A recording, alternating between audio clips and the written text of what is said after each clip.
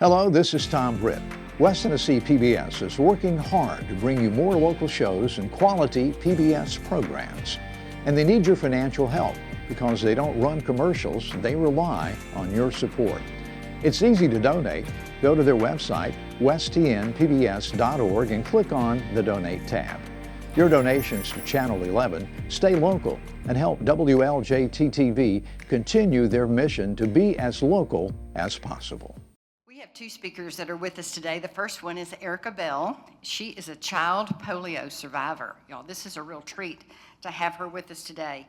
As an executive director of the University of Tennessee at Martin's Regional Centers and online programs, Erica Bell oversees the institution's 6 regional centers, dual enrollment, online programs, and she reaches students across the state with these programs. Her unwavering focus is on expanding opportunity and student success throughout the educational pipeline, from high school through the college completion. Her commitment to servant leadership guides her work every day, and Erica is passionate about empowering students, nurturing collaboration and innovation, and making a meaningful difference in the lives of Tennessee. In following Erica, we've got Daryl Alshai. He was born and raised in East Tennessee. He's our immediate past district governor. You got to hear from him earlier and last year. We're glad to have him with us again today. He attended the University of Tennessee, earning a Bachelor of Science degree in Agriculture Administration. Daryl has worked in the agriculture-related field his entire career, and he is retired from both Tennessee Farm Bureau and from University of Tennessee. Daryl and his wife Jody reside in Columbia, Tennessee, and they have 2 children and 4 grandchildren. He's an elder at Westminster Presbyterian Church, and he serves and has served on multiple national and state agricultural boards. And he has active real estate and cattle dealer licenses and is a Tennessee Colonel. Daryl has been a Rotarian since 2010 and is an active member at the Columbia Breakfast Rotary Club.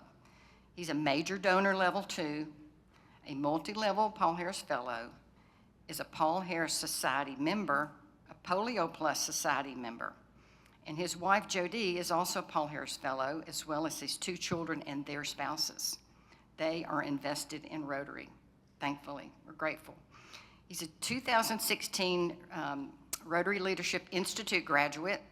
Y'all need to listen up and do some of these things that he's done and follow in his footsteps. This is how he got to where he is today. He participated in a Rotary electrification project in Honduras in 2017. He graduated from District 6760 Rotary Grad School in 2018 and attended Zone 3031 Emerging Leaders in 2019. He has served as an assistant governor from 2018 to 2020, an assistant governor coordinator from 20 to 22, and our district governor last year, 24-25. Daryl currently serves as our district's End Polio Now chair this year, and we are glad he is here. Please give a childhood polio survivor, Erica Bell, and our immediate past district governor, Daryl Alshai, a warm Jackson Rotary welcome.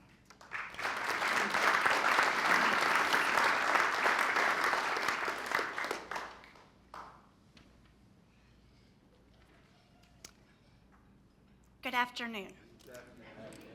It is a privilege to stand before you today as a polio survivor and for the first time to share my story publicly, a story rooted in resilience, in hope, and most importantly, the profound love and support of my parents and my and my husband. I want to express my heartfelt thanks to the Jackson Rotary for this invitation to speak and for your unwavering commitment to eradicating polio. The work you do with Rotary and through the End Polio Now campaign is changing lives. It is bringing us closer to the day when no child has to suffer from this disease. So my journey began in a small rural farming community in northern Illinois, about 90 miles northeast of Chicago. My kindergarten teacher, noticing that I could no longer skip or hop or run following Christmas break, alerted my parents that something seemed wrong. What followed was a whirlwind of doctor's appointments and tests as my family searched for answers. Eventually, I was referred to Chicago's Shriners Hospital, where doctors noted that many of my symptoms seemed to resemble polio. At this time, it was a rare diagnosis, unfamiliar to most physicians at this time. Polio causes paralysis by invading the central nervous system and destroying the motor neurons in the spinal cord that signals the brain to the muscles. The virus then replicates within the specific nerve cells, leading to their death and a disruption to the nerve signal transmission. This loss of motor neurons prevents the brain from controlling the affected muscles, resulting in muscle weakness, atrophy, and eventually paralysis. Within a short time, I had lost much of the sensation in my left foot. Not only did my left foot not grow at the same rate, but it also developed severe drop foot.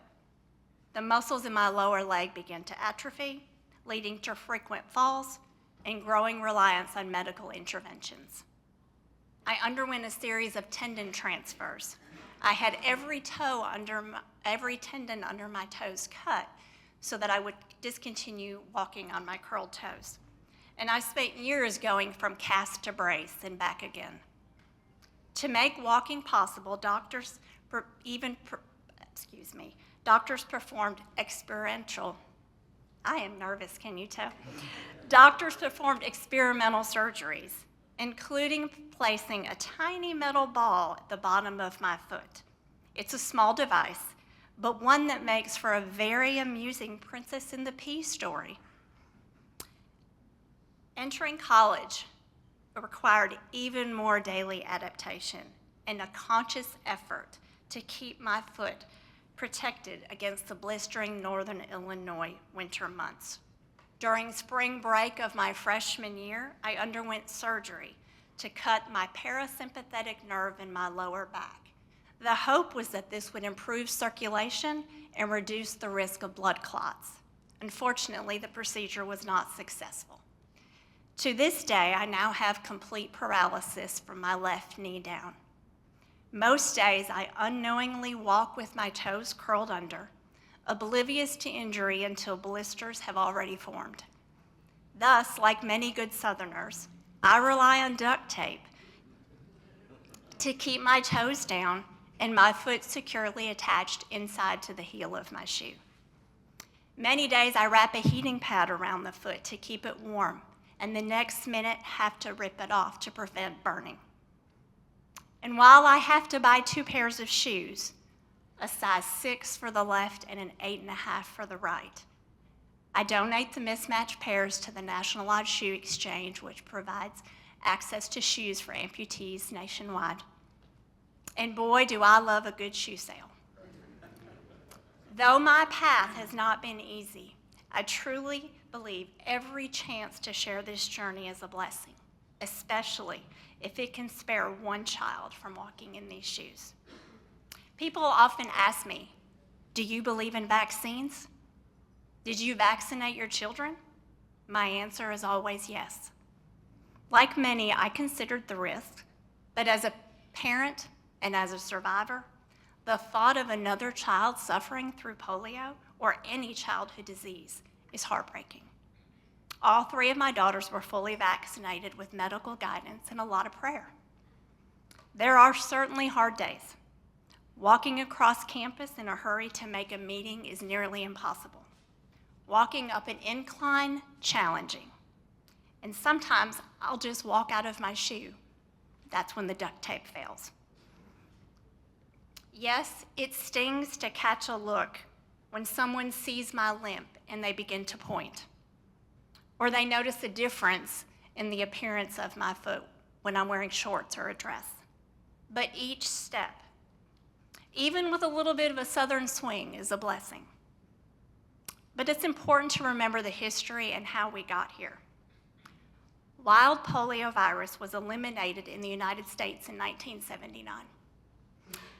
Afterwards, the oral polio vaccine, referred to as OPV, developed by Dr. Sabin, became the most widely used vaccine. But in rare cases, it could cause vaccine-associated paralytic polio, referred to as VAP. From 1980 to 1999, there were 109 VAP cases across the U.S. This averages 8.4 cases per year. I was one of those cases. This led to a pivotal transition. And so in 2000, the United States shifted exclusively to an inactivated polio vaccine, referred to as OPV, which cannot cause polio and remains our safest line of protection today. So looking ahead for future polio survivors can be challenging. They can face what is called post-polio syndrome. It's a continual gradual weakening of the muscles that is due to prior nerve damage. It is not a reactivation of a new polio infection.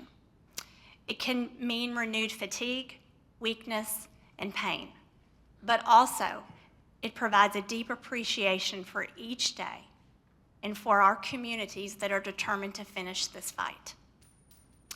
Rotary International, since launching its post-polio program in 1985, has been at the forefront of this effort, helping to reduce polio cases worldwide. Rotarians, with the support of community members like you, have vaccinated nearly 3 billion children, helped bring the Americas to be polio-free status, and remain crucial to the global eradication campaign. The impact is real. Since 1988, 20 million children have been spared paralysis, and 1.5 million lives have been saved.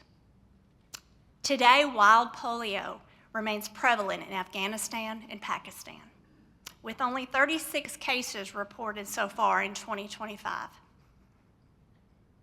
Health officials warn that if eradication efforts were to stop, polio could once again paralyze as many as 200,000 children in 10 years.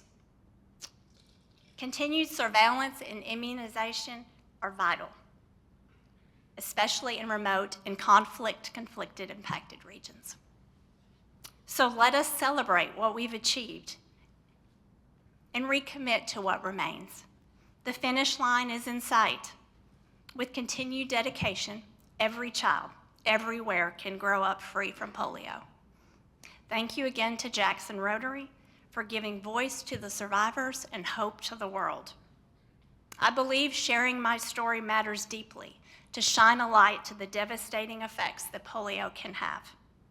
I am profoundly grateful that my struggle did not include respiratory complications faced by many or the need for an iron lung. And for that, I thank God for his protection and the strength to stand here before you today.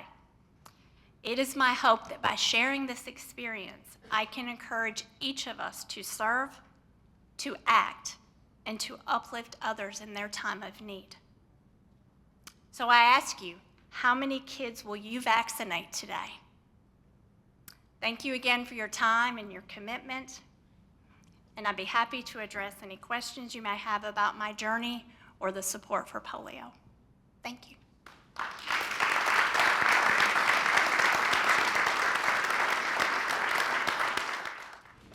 Doesn't leave a lot to be said, does it? Living proof. Living proof. I've got a little slideshow, and I don't know where our guy's at, but if you'll just let it run, I'm not even going to try to do it. Just set it and let it run, and people can look at it. The goal of Rotary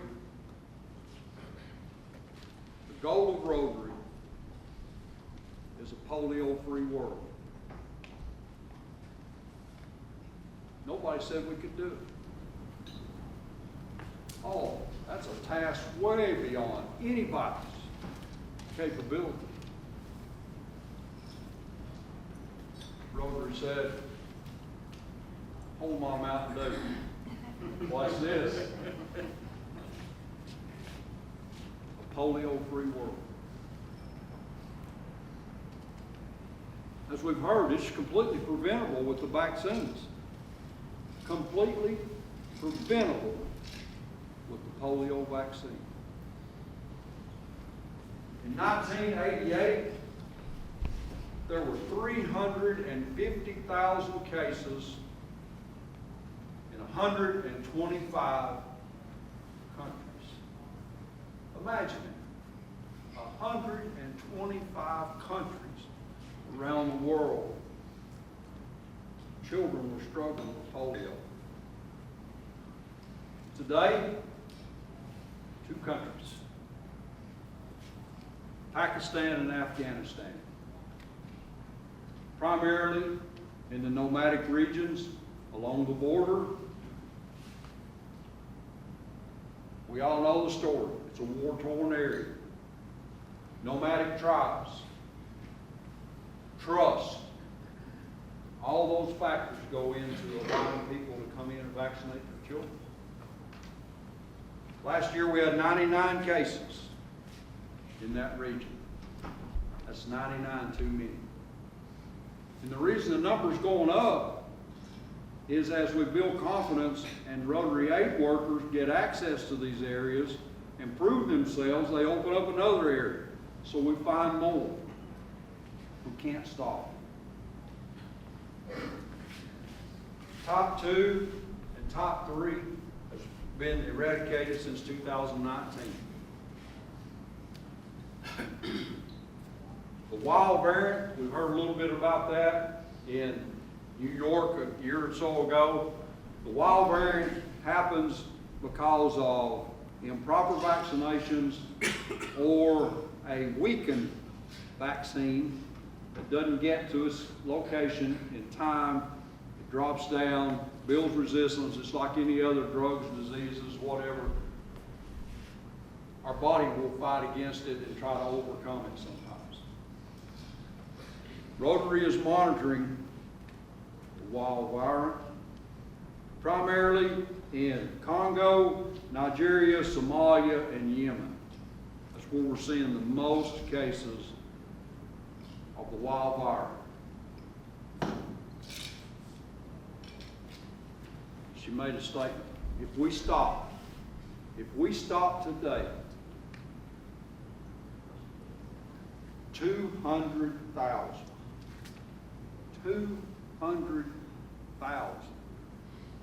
children will have polio in less than 10 years. We can't stop. We absolutely cannot stop. Your role today, Carolyn described it perfectly. You won't miss it. I promise you. It will not be a disposable spend. It will be an investment into the children of the world and their future. I ask you to donate. Search your heart. Is it $100 for the Polio Society? Is it $20? Is it $5? We don't set hard amounts and ask people, you've got to give me $1,000. No. Search your heart. What do you want to do? How many kids do you want to vaccinate today? If you put money or a check in the envelope, Carol and I haven't talked to you specifically about this. David, I'm assuming you get Paul Harris points if the money's sent in your name. So if you give online, you got your Rotary membership number. If you need your number, you can get it from your secretary. She has that. Or you can leave her a check. Eddie will give her the multi-donor form. She can send it all in on one form. But every member's listed on there that gives. You get Paul Harris points. Name on the envelope. Pardon? Their name on the envelope that they gave. How Yep. much they gave. Put your name on the envelope. If you put cash. Or you can give Eddie the cash and he'll write a check. That's a joke. Don't trust him with cash. And another thing that we always do is our purple pinkies. The lady at Dunkin' Donuts who's been in charge of purple pinkies has retired. Dunkin' Donuts said, uh-oh. Just like they did when Frank retired, they're going, uh-oh, what do we do? What do we do now? So we're gonna do Purple Pinkies in April in conjunction with World Immunization, easy for me to say. So be prepared for that.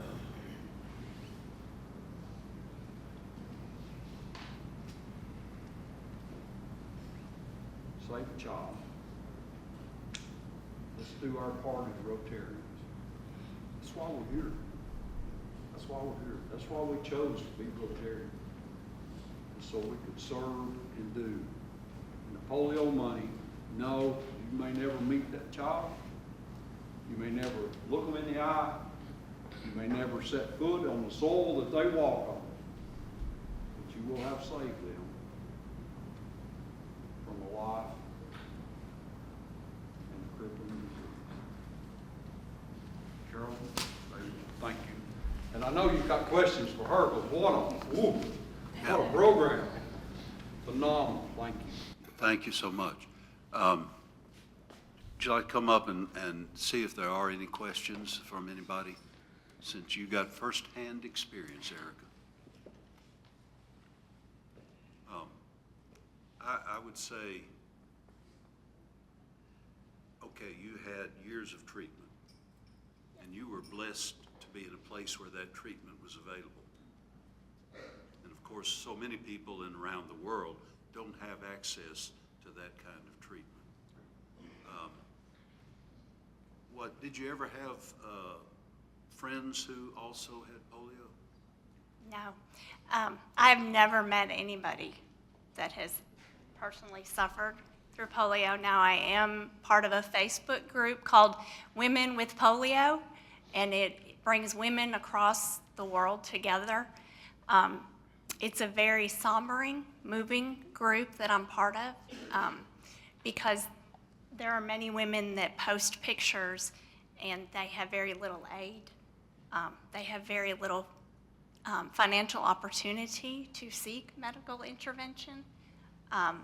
But it is a way to keep me focused on what my mission is, because I am blessed to stand before and share this story. Any questions, anyone? Yeah, Erica, thank you for sharing your story. That was incredible. Thank you. I'd give you another round. Thank you. The program you've been watching was made possible through the generous financial support of West Tennessee PBS viewers like you. Please visit westtnpbs.org and make a donation today so that we can continue to make local programs like this possible. Thank you.